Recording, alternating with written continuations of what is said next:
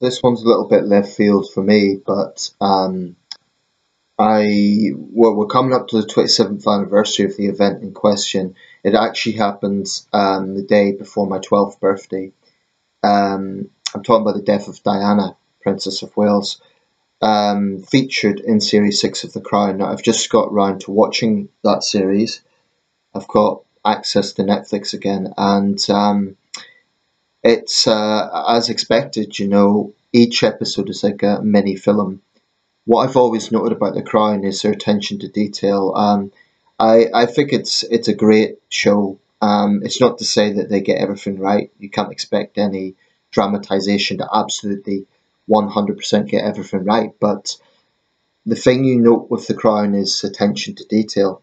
So even the carpet at the Ritz was accurate. I'll just run through some of the main cast and my thoughts on the way they approach this. But before I do that, I think it would have been possible to avoid the events of 1997. Some said it was insensitive, or they shouldn't have covered Diana's death.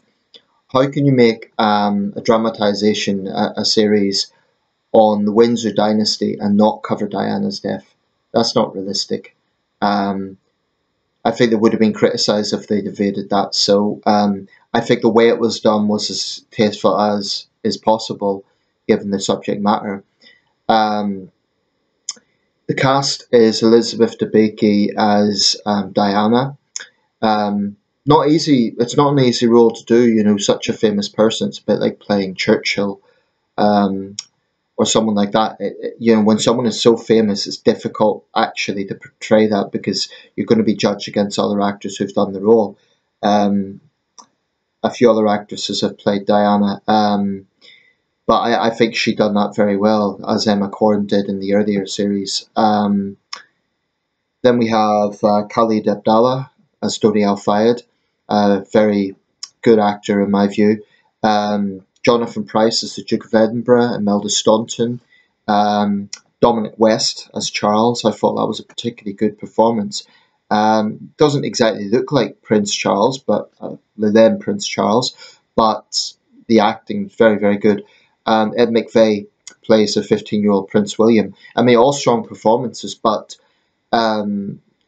that befits the quality of the show. So the very first episode of Series 6, there will be a few spoilers here, starts off with a random Parisian guy walking his dog. One thing I like about The Crown is they're not just a straight kind of narrative. They like to take different angles for things. So who would have thought, covering the death of Diana, they'd start with that, just a random Parisian walking his dog. It's an unusual way to do it, but I think it was quite effective. So this guy, whether he's a composite character or not, I'm not sure, but he sees a speeding black Mercedes, and then guys on motorbikes following it. He may not have known they were paparazzi. He hears the crash, you don't directly see it, then he calls the gendarmes. And then the first episode gets into that meeting at Saint-Tropez between Dodi Al-Fayed and Diana.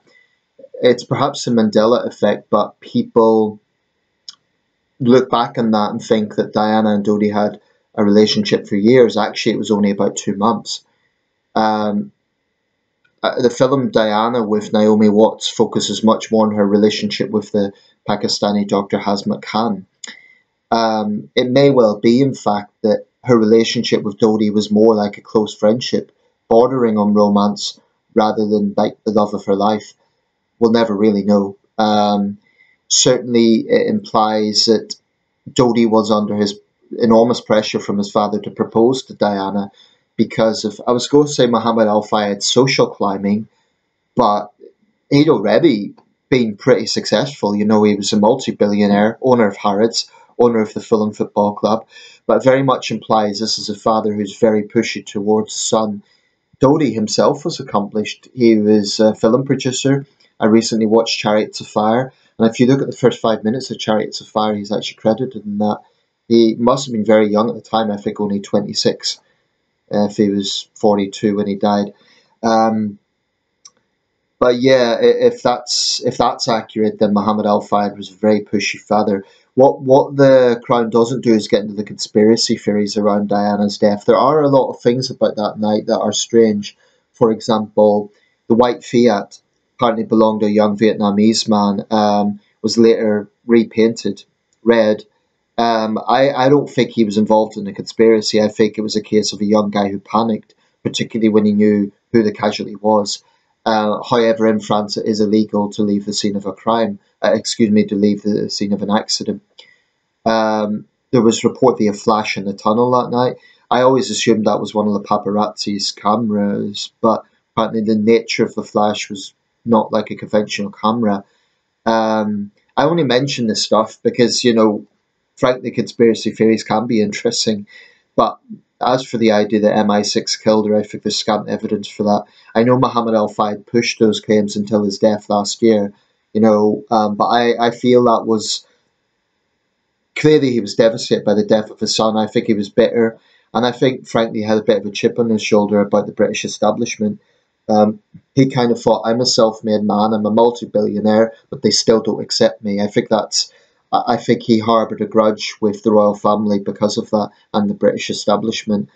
Unfortunately, Muhammad al-Fayed tapped into some of those conspiracy theories. I mean, one of the absurd positions he held was that Trevor Rees-Jones knew more than he let on. That is the bodyguard who suffered concussion in the accident. Now, how could he, it's a major accident. He's lucky he survived. Why is it not plausible that he genuinely couldn't remember what happened? He was the sole survivor. People forget there was a third fatality along with Diana and Dodi, Henri Paul, kind of the forgotten victim. Henri Paul likely was over the limit, and the Crown depicts that. But I have no doubt believing that there was also a thing I should say about Diana's seatbelt. Apparently she was religious and wearing a seatbelt, and for some reason she wasn't that night. Bit strange, for sure. You can see why there would be some, fuel for these conspiracy theories, and such a famous event that it's not surprising. But I've no problem believing it was foremost the paparazzi. I mean, the way they were so aggressive. Sorry, I'm talking more about the event rather than the show. But Tom Cruise was interviewed, I think it was on the BBC, as that was breaking news. You can find it on YouTube. I'll put a link, in fact. It's quite illuminating because he was talking about just how vicious the paparazzi are. He personally had been in that tunnel with his family. He quoted Arnold Schwarzenegger having a run-in with them. They will sort of aggressive tactics that they used. I think the French and Italian paparazzi are particularly aggressive. Big money at stake, so they wouldn't even be above probably ramming a vehicle. I have no doubt believing they were foremost responsible for the deaths in the accident that night. So the Crown goes into this time at Saint-Tropez, and then the diversion to Paris because Muhammad al-Fayed was pressuring Dodi. Probably fictional, we'll never know, but Diana and Dodi have this heartfelt conversation. Diana rejects his marriage proposal, but they're clearly close, and they talk about their respective pressures that they're under. Now, it covers the funeral, it covers things like that. It doesn't show the crash directly, but it shows the royal family's reaction to her death. It shows Robin Jamvrin, which is featured in The Queen as well, 2006, telling the royal family, and it shows that Charles was devastated. He said poignantly, I may not have treated her well in life as a husband, but I will do right by her in death. Not verbatim, but that's basically what he was saying.